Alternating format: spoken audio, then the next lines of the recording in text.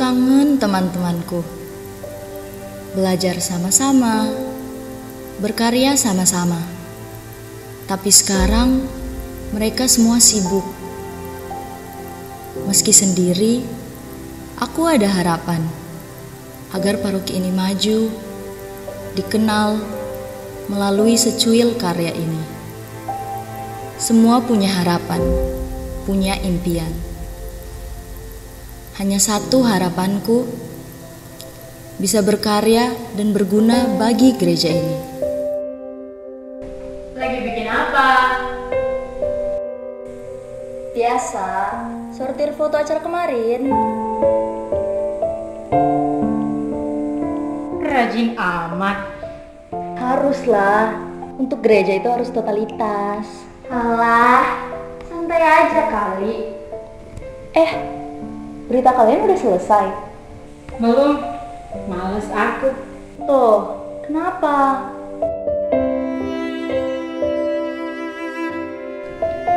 Coba kamu lihat komen ini.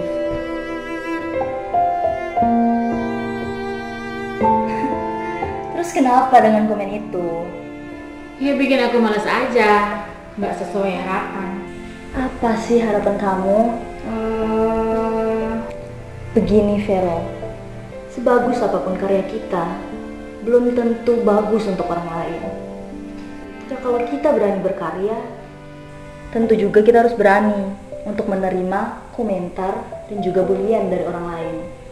Sebenarnya sedih dan prihatin aja sih. Mereka nggak pikirkan kalau aku luangkan waktu untuk ini semua. Aku juga punya kesibukan. Hari-hari di gereja, itu aja sewot. Udahlah. Kita itu harus sabar. Meski semua kadang tidak sesuai dengan harapan kita. Apa sih yang kamu harapin dalam kegiatan di gereja ini? Aku hanya ingin berkarya sesuai yang aku bisa. Harusnya aku yang belajar sama kalian. Kalian yang duluan loh di sini, yang ikut kegiatan di gereja ini. Tapi kenyataannya tuh nggak semudah itu. Kita juga di sini manusia biasa kan? Kita bisa marah, bisa kecewa juga sama ini semua. Ya sama, orang yang komentarin kalian juga itu cuma manusia biasa, punya harapan juga. Ya, iya sih.